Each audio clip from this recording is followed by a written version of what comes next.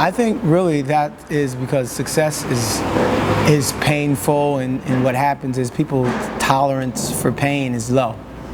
And as they go on and go on, they start to see this is an uphill battle. It's like when somebody goes deep down into a hole.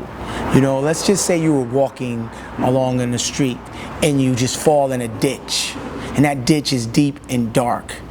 And then somebody says, you know what? Hey, you need to get out that ditch. Come on, let's go. You can get out. And you start climbing, and you start climbing, and you start trying to climb out that ditch. But then guess what happens? You say, oh, I don't think I can make it. It's just too hard for me to get out this ditch. And so and then you see a lot of other people also in the ditch. You're like, oh my gosh, you in the ditch? You in the ditch? You in the ditch? And you say, you know what? I think I like this ditch. Everybody's like, yeah, it's kind of hard to get up there. And you try again, but guess what? It's hard. You know, so people's tolerance for pain is low, and so they can't get up out that ditch because it's hard and it's excruciating. And so people just decide to stay. And I think they begin with like, I can do this. Today is my day, and I'm going to do it no matter what. I'm not going to quit. But then they go back into their life and they start doing things that they normally do, the normal pattern.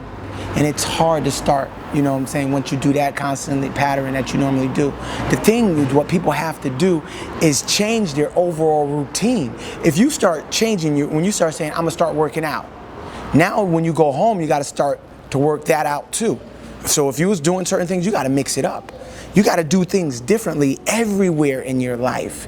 If you think you're just gonna change one aspect, I'm gonna start working out and that's it.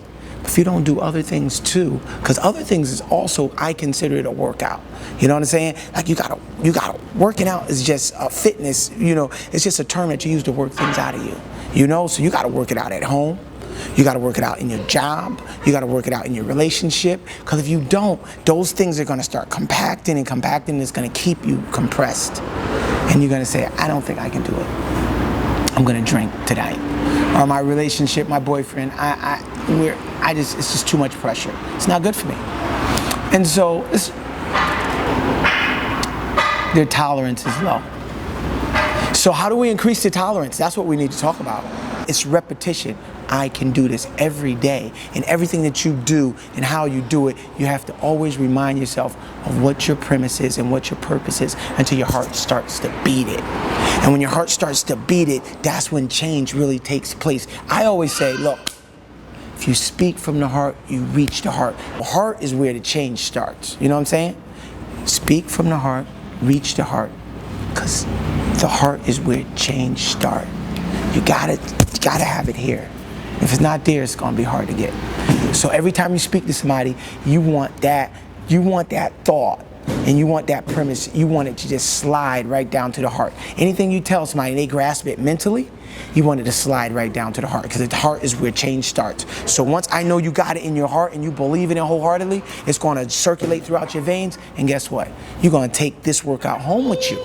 That's all I want. I want you to take the workout home with you. When you take the workout home with you, say, no, I can't have that today.